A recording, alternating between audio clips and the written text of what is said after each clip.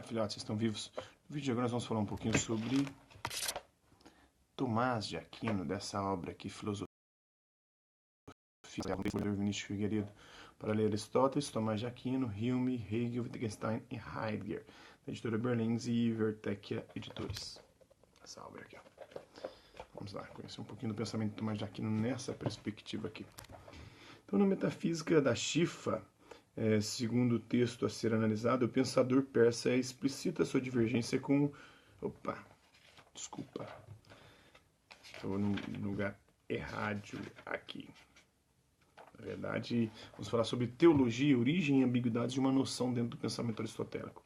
Para compreendermos o impacto ocasionado pela interpretação aviceniana, devemos lembrar que, na segunda metade do século XII, quando da entrada no ocidente latino-cristão das traduções daquelas seções da Shifa, a classificação das ciências teóricas orientava-se precisamente pelo modelo proposto pela metafísica de Aristóteles.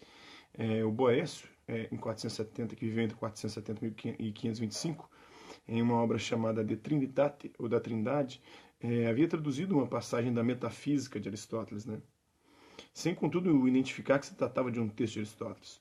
O modelo proposto por Boécio colocava a teologia, ou seja, a investigação acerca da substância imóvel, no ápice da hierarquia das disciplinas teóricas. Ora, dado que o texto da metafísica de Aristóteles era desconhecido pelos medievais latinos até a segunda metade do século XII, não era possível reconhecer a origem, os perigos e os limites da classificação. Sob a pressão das novas obras de origem grega e árabe, este quadro começa, no entanto, a ser modificado, com a teologia dando pouco a pouco lugar à metafísica. Um dos primeiros autores a realizar este passo foi justamente o tradutor latino de Avicena, Domingos Gundisalvi, que viveu entre 1105 e 1181, que no seu De Divisione Philosophia caracteriza a teologia valendo-se precisamente dos epítetos empregados pelo filósofo persa. Seu ato será em breve seguido pela maioria dos tratados que abordam o problema da classificação das ciências no século XIII. O modelo de Boécio começa assim a ser submetido a novas exigências e será, sem surpresas, que um Tomás de Aquino reconhecerá, ainda que de maneira implícita, ter a tripla divisão de Boécio deixado de ser adequada para dar conta da investigação teológica. Como era de se esperar, sob a influência de Avicena, a substituição gradual da teologia pela metafísica no topo da hierarquia da ciência acarreta finalmente a recusa de que os argumentos racionais acerca da natureza divina constituem a essência da investigação metafísica. As provas da existência de Deus e de suas propriedades essenciais representam apenas uma parte, ainda que fundamental, de uma disciplina teórica mais abrangente. Dito em poucas palavras, os argumentos racionais acerca da existência e natureza de Deus são circunscritos à teologia como parte da metafísica. Surge assim em toda a sua radicalidade a tese altamente problemática para a classificação das ciências latinas. As pretensões de racionalidade do discurso científico acerca de Deus esgotam-se na metafísica de origem greco-árabe e subordinam-se a ela. Todavia, o problema não se restringia a esse primeiro radical aspecto.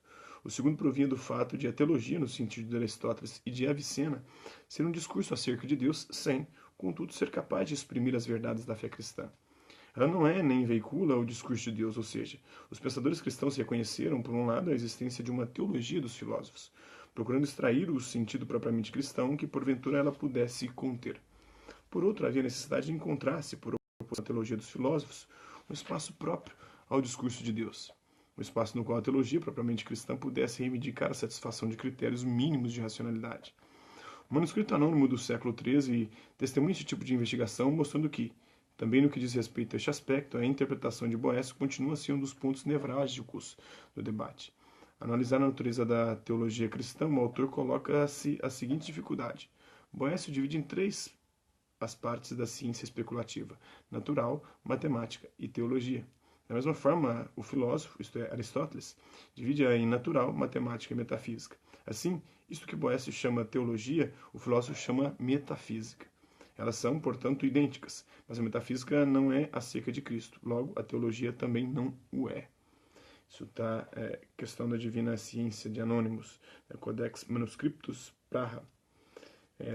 Teoria della Ciência Teológica, Quaestio de Scientia Theologiae, de Odo Rigaldi e altri testi inediti, de 1230 a 1250.